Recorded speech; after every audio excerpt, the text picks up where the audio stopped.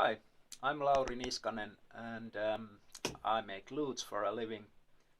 And today I wanted to film a video about how I make the lute bowl because that's has to be the most common question I get about lute making. So people ask me like, is it carved from a single piece of wood? Well, no, but nothing's obvious before you learn how it's done. So it's actually made with these thin strips of wood, about 1.4 millimeters thick, and it's built on top of a form. This is one of my new foam core forms, a new idea I had, and I'll probably be selling the plans at least for these soon. Here's another form for a arc lute. So the wood is bent on a bending iron.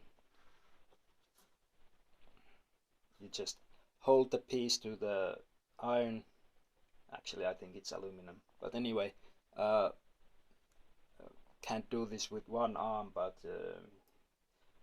you hold it to the iron, the heat gets transferred to the wood, and then you can bend it, and when it cools it'll keep that shape. And you do this many times over, and at the same time you use this is just a normal hand plane. It's just turned upside down and it's attached to my beautiful workbench. Some luthiers I know they have a really wide plane, or then they make this flat surface to hold the plane, which probably makes it easier to get the edge exactly right. So this is the rib that I'm working on at the moment. It's half shaped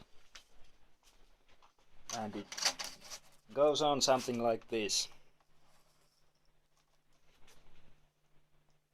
all around. It's not quite perfect yet, just a few tweaks on this side, and then before I glue it on I obviously have to do the other side. And I do that by sort of working to the line on the form of that next rib, but I also hold the rib to the table to see that the edge is flat or touching the table all around. And when time comes to glue it on, I use hide glue, which is the traditional alternative used by instrument makers because it's easy to open a seam with just heat and moisture. Not that you really often have to do anything about lute bowls, but usually if there's something that needs to be done to a lute, you have to open the soundboard seam. But anyway, I use painter's masking tape. Not all of them have a good enough glue to hold on for long enough, but you just have to experiment with what you can get in a store. Also, I use these what's this, like a map pin. And I can push it on this is the neck block. It's solid wood. I can show it better on this other one. So it's carved to the shape that it needs to be. And yeah, then I obviously at some point have to make the ribs like the pieces of wood, so I cut them. Well, I cut them on a homemade or shop-made bandsaw. It's the design by Matthias Wandel from Canada. It's a good design.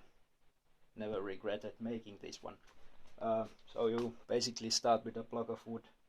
This is Bubinga, actually a nice piece with two colors in it.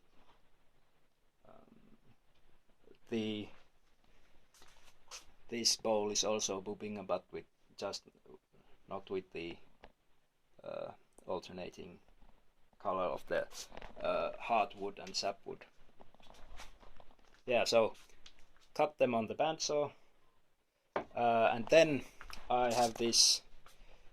I'm sort of a do-it-yourself person, so this is my lathe, you know, for turning tuning pegs and such. I've got a sandpaper thing on it, and gotta have dust collection. The best dust collection comes from whiskey, like these cartons. The older the whiskey, the better, obviously. So yeah, I just pull the strips through that a couple of times to reduce the thickness to about 1.4 millimeters, which is like, you wouldn't believe that these things actually almost support the weight of a man, but they actually do, almost. It's the round shape that gives the strength to the bowl. On this bowl I have these thin strips of wood, that's birch wood, between the strips. Not all lutes have that, but it's a nice touch. So I bent them. Actually I do it like this. I tape them together so I can bend them all at the same time. Yeah, what else is there? Well, I guess now you can go and make your own lute bowl, basically. It's just a lot of trial and error in the bending and shaping phase. It usually takes me like half an hour to make this one rib.